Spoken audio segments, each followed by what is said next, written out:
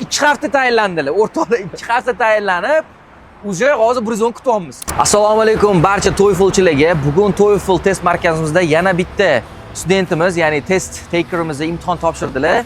Hozir ulardan feedback olib, imtihon jarayonlari qanaqa bo'lganini sizlar bilan birga gaplashamiz. Javohir, yaxshimisiz? Assalomu alaykum. Test haqida qisqacha fikringiz, TOEFL IBT test haqida. Oson, tez bo'ladigan test. 2 soat vaqtim ketdi. Tezda topshirdim, kompyuterda. Qulayliklar bilan topshirib oldim. Yaxshi, ingliz tili testi. O'rtoqlar, biz xolis fikrlimiz, faqat yaxshi tarafini emas, endi eng yoqmagan, eng qiyin partini ham so'raymiz. TOEFLda eng yoqmagan, qiyinroq deb tushungan partiyasi qaysi bo'ldi? To'g'risini aytsam, bir-ikki marta mock test topshirganimda qog'ozda chiqartirib yechib ko'rgan edim. Kompyuterda sal interfeysi boshqaroqligi sal boshida noqulaylik bo'ldi. Shunga adaptatsiya qilib olganim sal qiyinroq bo'ldi. Agar TOEFLga tayyorlanmoqchi bo'lishsa odamlar, tavsiya qilardim.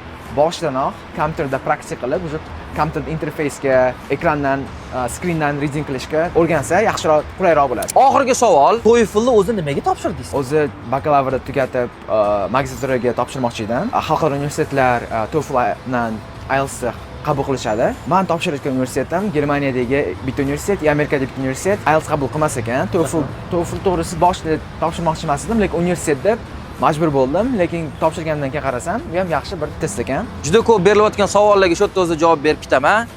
O'zbekistonga TOEFL IBT imtihoni o'tadimi deyishyapti. O'rtoqlar, Germaniyaga o'tayotgan TOEFL imtihoni O'zbekistonga o'tmaydimi? Обязательно o'tadi. IELTS bilan bir xil.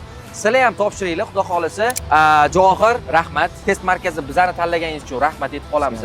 Xudo xolasa javobi chiqqanda alohida yana shu yerga kelasiz, ofisimizga kelasiz. Biz o'zimiz sizga sertifikatlarni vruchать qilib, yana bitta intervyu qilish xudo xolasa nasib qiladi. Burzom, pulni kutib qolamiz. Xudo xolasa. Xudo xolasa. Birinchisiga burzom, bu dahshat. Bu 100 dan baland bo'lsa ham dahshat birinchisiga. Xudo xolasa. Formatiga tushib olguningizgacha.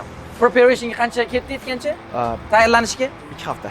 2 hafta tayinlandilar. O'rtoqlar 2 hafta tayinlanib, уже hozir 110 kutyapmiz, xudo xolasa. Zo'r. Javohir, rahmat. Charchamang. Siz bo'ling.